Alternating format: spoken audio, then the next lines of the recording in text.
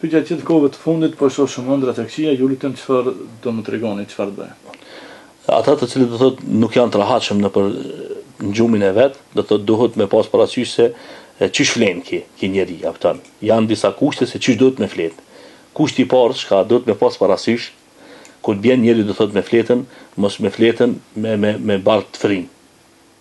Ha, do thotë duhet barkit me i dhonën një hapësirë, me pasën vend për frym, me pas vend për ujë, me pas vend për ushqim. Apëtan. E si do këtë apëton moda e re apo apëton që barkun e mush me veç me buk, edhe base nuk lëna ven as për ujë, e kur pina me flet mos kena vakt as për me mor frym, e kur sën mor me frym atë as gjumin se ne bojna rahat. Kjo është rritje e barkut është përshënime të kiametit. Po ka diçka të tillë apëton. Pastaj tjetra çka është? Tjetra është apëton me u mundu me flet me abdes. Ha? Do thot para se me ra me flet, do thot me mor abdes, edhe me flet me abdes. Kur të bjen me fletën, me u mundu do thot me bën dhikrin e mbrëmjes. Do thot me bën dhikrin e mbrëmjes, e në dhikrin e mbrëmjes veçanti është e përmend, do thot leximi i ajetit 255 të surës Bekare, i cili është do thot Allahu la ilaha illa huwa al-hayyul qayyum. Do thot këtë ajet e din mos tham do thot të spidova të spidovën apo krejt besimtar për me përjashtim të fëmijëve të vogël, ama ata të cilët janë do thot të mëdhaj, të cilët do thot veç e falin namazin, e din këta për atë arsye se është një dua e cila do thot kënohet para të spive.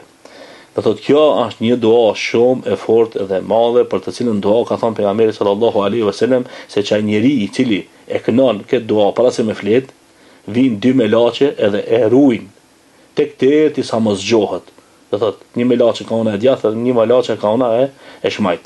Edhe e ruajn, do thot tek deri sa mos zgjohet. E masen kur zgjohet, përsëri e kënon do thot te spidovën, edhe ta ditën do thot është në mbrojtjen e melekëve. E në shumicën e rasteve kur vinë për shembull besimtarët edhe ankohen pse nuk kanë gjumë të mirë, do thot problemi ku është, problemi është se asnjëri pikëtinëve xhonave nuk i bojnë.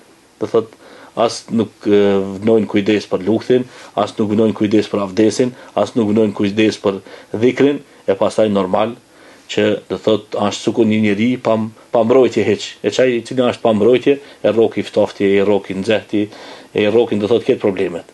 Për këtë çështje do thot muslimani nëse ka dëshirë me pas gjumë të rahatshëm, do të më bëjë një mbrojtje. Po masane prej gjanave tjera është që në dhomën ku flen do të më parashtru kur e ka lexuar mas pram të herë suratul Bekara, e cila sure do thot sjell dritë në shtëpitë tona dhe largon do thot energjitë negative prej shtëpive tona. Po pastaj me kontrollua dhomën, a e ka me suaza islam apo nuk e ka? A ka në dhomën e tina fotografia, a ka në dhomën e tina kuklla të cilat nuk janë strehume, a ka në dhomën e tina gjana harame të tjera të cilat do thot nuk janë mirë me u gjet. E për këtë çështje do thot duhet krejt këto çish më thon para përgatitje me i bëhe, para se me fletë masane me pasën gjumë të rahatshëm. Sura Bekare ka forcën sikur me lexu në gjuhën shqipe atë arabisht, apo mundet edhe me ndëgju duke lëshuar në për ajo çka është më e mira do thot duhet më u lexu në origjinal. Do thot ajo çka është më e mira do thot duhet më u lexu në origjinal në dhomën do thot ku flenti. Po nëse ki mundsi, po nëse nuk ki mundsi ata lexon shqip. Mundsinë për me lexu shqip e kena të gjithë apo. Po nëse do thot këtë mundsi nuk e ki tash elhamdullah ka mjete. Mendoj se secila shtëpi veç ka hin do thot interneti do thot mundet me shlu me internet edhe me ndëgju.